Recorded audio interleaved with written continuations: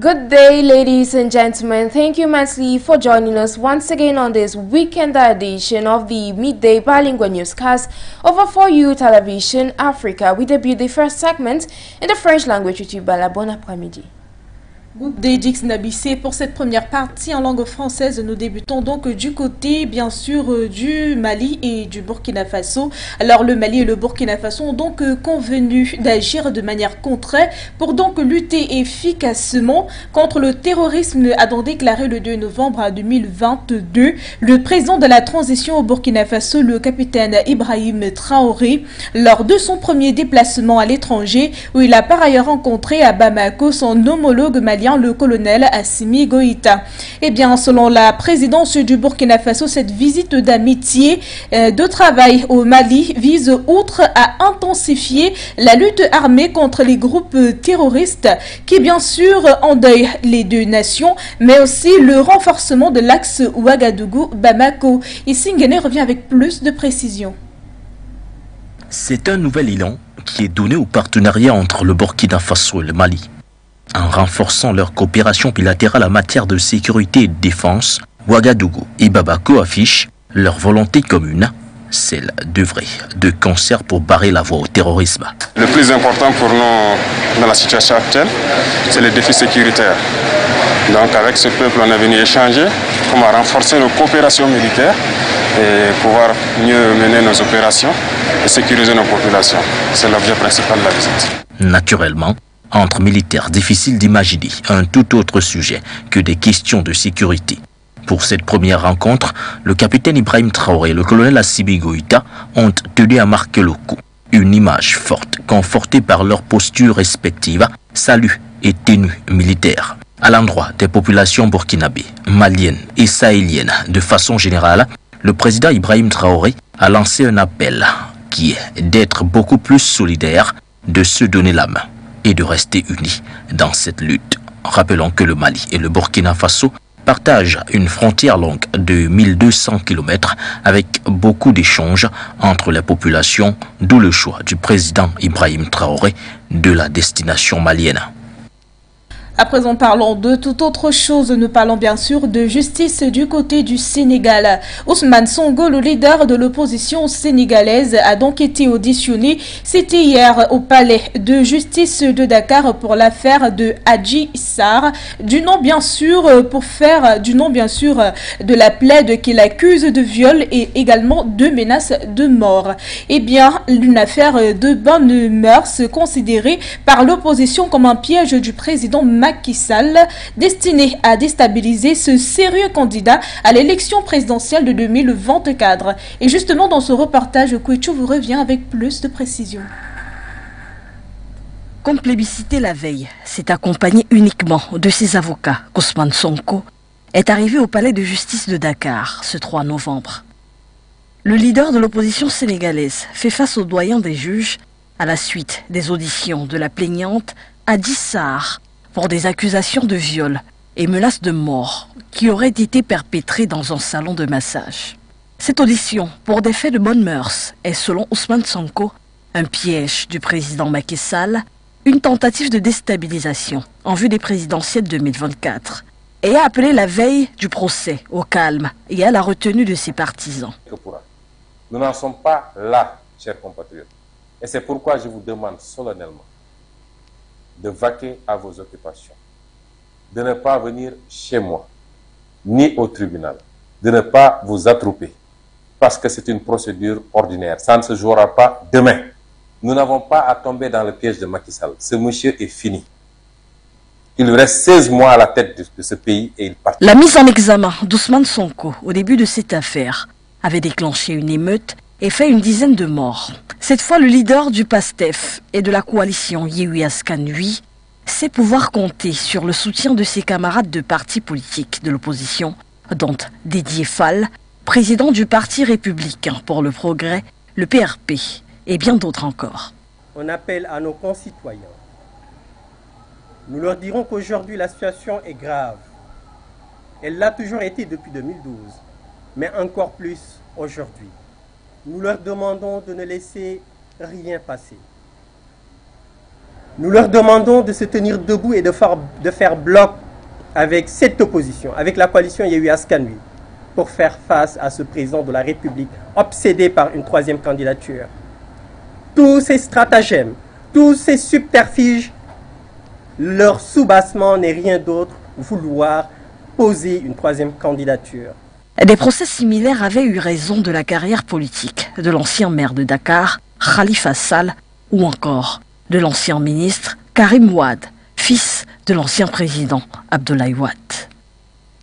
À présent, parlons bien sûr du conflit rwando-congolais. Depuis plusieurs mois déjà, les casques bleus et l'Organisation des Nations Unies, présents en République démocratique du Congo depuis déjà plus de 20 ans, sont donc accusés d'inefficacité dans la lutte contre les groupes armés qui terrorisent jusqu'ici la République démocratique du Congo. Et bien, face à la dégradation de la situation sécuritaire dans l'est du pays, Nairobi prête main forte à Kinshasa, notamment pour lutter contre le mouvement du M23. Reportage.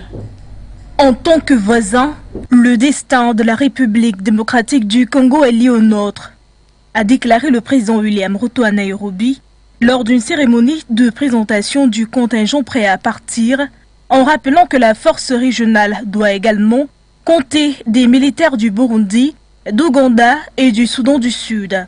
Cependant, à Nairobi, des sources militaires se sont gardées de préciser le nombre de soldats kenyans impliqués dans cette intervention, en évoquant bien évidemment des questions de sécurité. Pour protéger sa population et ses nombreuses ressources naturelles, la République démocratique du Congo tente de contrer les activités de dizaines de groupes armés qui prolifèrent dans l'est du pays. Outre la République démocratique du Congo, le Burundi, le Kenya, le Rwanda, la Tanzanie, le Soudan du Sud et l'Ouganda, tous membres de la communauté est-africaine, s'étaient mis d'accord en avril pour la création d'une force conjointe pour aider à restaurer la stabilité en République démocratique du Congo. Rappelons que les tensions sont encore plus vives du côté du Nord Kivu depuis la résurgence du mouvement du 23 mars, une ancienne rébellion Tutsi qui a repris les armes en fin 2021. Après des semaines de turbulences, le M23 est à l'offensive depuis le 20 octobre dans le territoire de Rutshuru, où justement, elle s'est d'ailleurs emparée de plusieurs villes sur un axe routier stratégique déshervant Goma. Le regain de tension dans l'Est congolais a conduit la mission de l'ONU en République démocratique du Congo à relever le niveau d'alerte de ses troupes en soutien aux forces armées congolaises dans leurs opérations contre le M23. Éthiopie, guerre dans le Tigré, on en parle encore aujourd'hui. Espoir de paix en Éthiopie, les négociateurs d'Addis Abeba et les rebelles de la région septentrionale du Tigré sont donc parvenus à un cessez-le-feu le mercredi 2 novembre 2022. Ce qui laisse donc augurer d'un accord de paix après bien sûr 2 ans d'un conflit sanguinaire. Mais de précédents arrêts des combats n'ont pas duré longtemps. Alors, accord salué comme un nouveau départ par l'ex-président nigérien Olusegun Obasanjo, qui bien sûr dirigeait la troïka de médiateurs.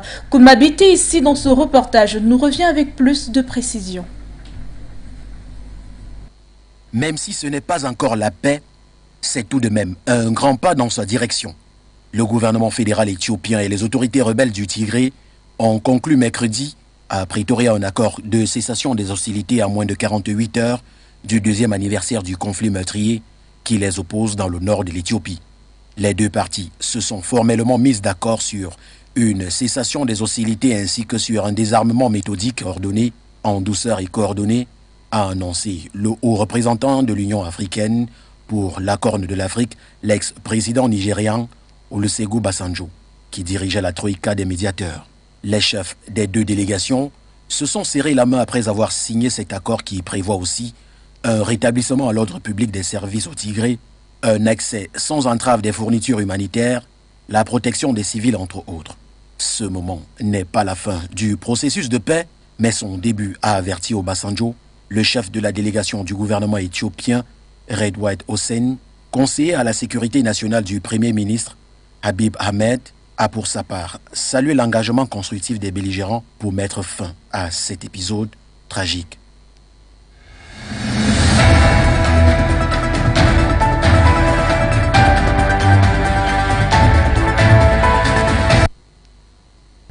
En sport, à présent, c'est la dernière partie de ce journal à langue française. Nous ouvrons donc notre dossier spécial Coupe du Monde sur l'Ukraine qui va donc demander à la FIFA d'envisager, bien sûr, d'exclure l'Iran de la Coupe du Monde au Qatar, rapporte un journaliste de Ski Sport.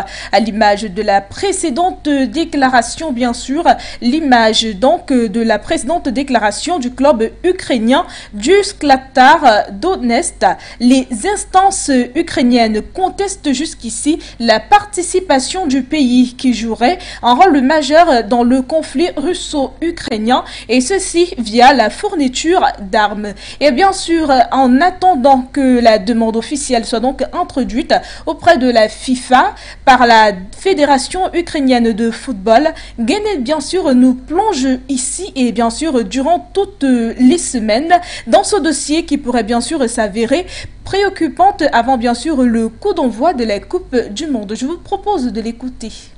Éliminé de justesse sur le terrain en finale des barrages européens par le pays de Galles, l'Ukraine ne lâche pas le morceau sur le terrain juridique. Selon Kaveh Solikol, reporter pour Skype Sport, le comité exécutif de la Fédération ukrainienne de football va demander à la FIFA d'envisager d'exclure l'Iran de la Coupe du Monde au Qatar.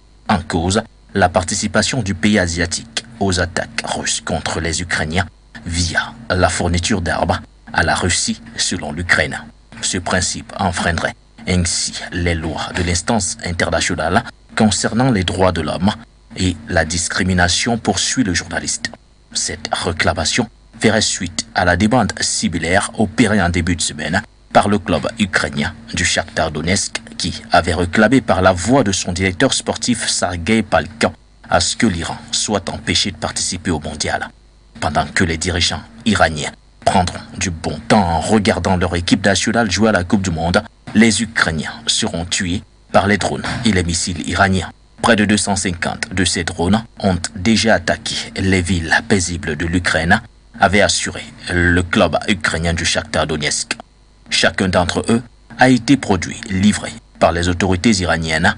Les instructeurs iraniens et les militaires ont directement formé et géré le lancement de drones qui ont détruit des maisons, des musées, des universités, des bureaux, des terrains de sport et de jeux et surtout tué des Ukrainiens. Poursuit le club, assurant que la place vacante devrait alors être occupée par l'équipe nationale d'Ukraine.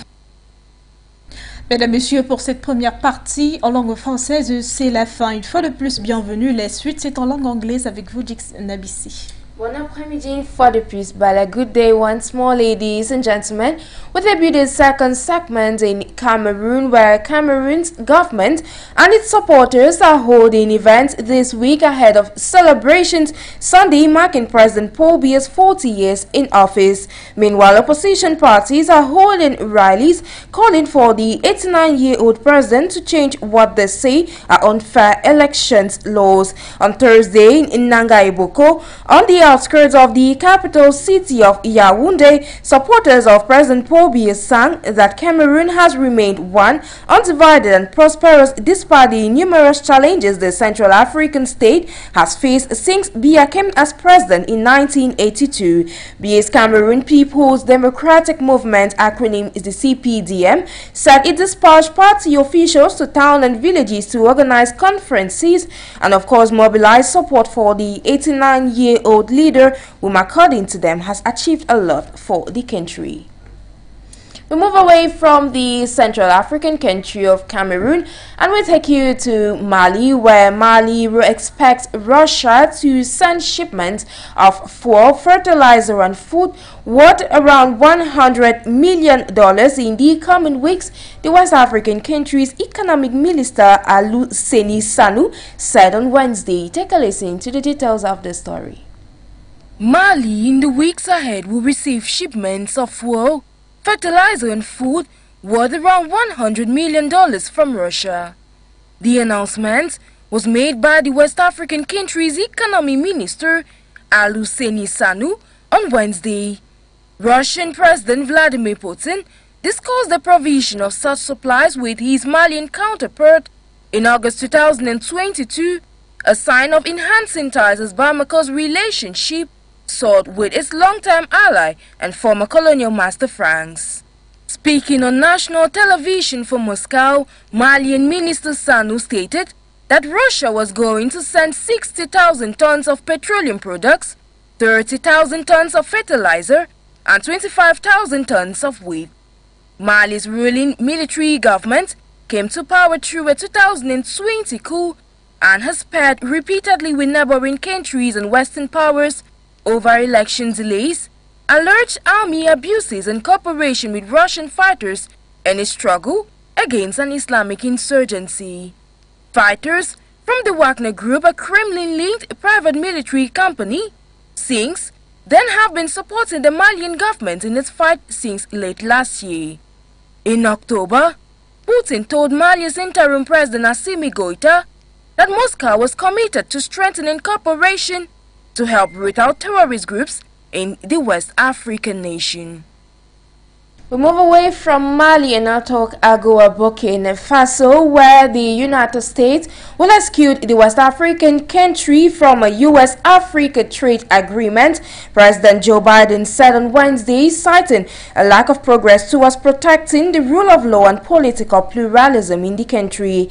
The announcement comes after the Sahel state has rocked by 2 coups this year, following anger at failures to stem a 7-year jihadist insurgency that has claimed thousands of lives and driven nearly 2 million people out of their homes. As justification in a letter, the lack of progress towards the return of democracy was one of the reasons put forth by the U.S. president. The exclusion of the West African nation will be effective as of January 1st, 2023. Ladies and gentlemen, we still stay in the West African part of the African continent, where we are now talking Mali and Burkina Faso relations, where the Burkinabe head of state Captain Ibrahim Traoré paid a friendly and walking visit to Bamako in the Republic of Mali in the afternoon of Wednesday, November 12 or November 2, 2022. He discussed with his Malian counterpart, Colonel Assimi Goïta, the security issue, in particular the fight against terrorism. The rest of the story is with you, Fotso. After a closed session, the 2 personalities broadened the exchanges with their respective delegations for more than 3 hours. It is a visit of courtesy and friendship to a brotherly people, declared the president of Burkina Faso, Captain Ibrahim Traoré, at the end of the exchanges. The most important thing for us in the current situation is the security challenge. We came to discuss how to strengthen our military cooperation and be able to better carry out our operation to secure our populations, he explained to the men of media. Concretely, Burkina Faso and the Republic of Mali have decided to strengthen their bilateral cooperation in the area of security and defense. With regard to the population of Burkina Faso, Mali and the Sahel in general, President Ibrahim Traoré launched an appeal which is to be much more united, to join hands and to remain united in this fight. Mali and Burkina Faso share a 1,200 kilometers long border with many exchanges between the populations, hence the choice of President Traoré of the Malian destination. From one region to the next, we are now in the northern part of Africa, where Arab leaders met in Algeria earlier this week as the 31st summit of the largest annual Arab conference kicked off in the northern part of Africa. In his speech, the Algerian president Abdelmadjid Tebboune urged the Arab unity, renewed support for Palestine. Fotso with the rest of the story. Algeria's president called for Arab unity to face escalating tensions and crises as he opened the meeting. It was the first meeting in 3 years for the 22-member state. If new challenges have emerged since Algerian president insisted on the historic support for the Palestinian in their never-resolved conflict with Israel. I look forward to the establishment of an Arab contact and coordination group during this summit in order to support the Palestinian cause. And Algeria is fully prepared to transfer this vital request to the United Nations. Its stand to grant Palestine full United Nations membership comes at a time when a growing number of Arab countries have established bilateral ties with Israel. Indeed, the recent trend has been cooperation between Israel and a growing number of Arab countries, including Morocco or the United Arab Emirates. Sudan has also agreed to establish ties with the Middle East country. The meeting comes against the backdrop of rising inflation, food and energy shortages, drought and soaring cost of living across the Middle East and Africa. The summit's discussion on Tuesday and Wednesday were expected to focus on the food and energy crisis aggravated by the war that has had devastating consequences for Egypt, Lebanon and Tunisia, among other Arab countries, struggling to import enough wheat and fuel to satisfy their populations. Thank you, Jeff Fotso, for that report. To wrap up the second segment, we now talk the United Kingdom Africa Glencore confiscation deal, where a London-based court approved on Thursday a confiscation order of £93.5 million against a British subsidiary of mining and trading group Glencore for 7 bribery offences in relation to its oil operations on the African continent. Judge Peter Fraser approved the confiscation order against Glencore Energy UK Limited at Southwark Crown Court. On Wednesday, Britain's serious fraud office told the court that Glencore paid or failed to prevent the payment of millions of dollars in bribes to officials in 5 African countries. Ladies and gentlemen, it's with that bribery case that we draw down the curtains of this second segment in the English language with Minjix Nabuse. Of course, it's the end in the English language over For You Television Africa. Mesdames et messieurs, pour la version française, je suis Bala. Restez en compagnie de nos programmes.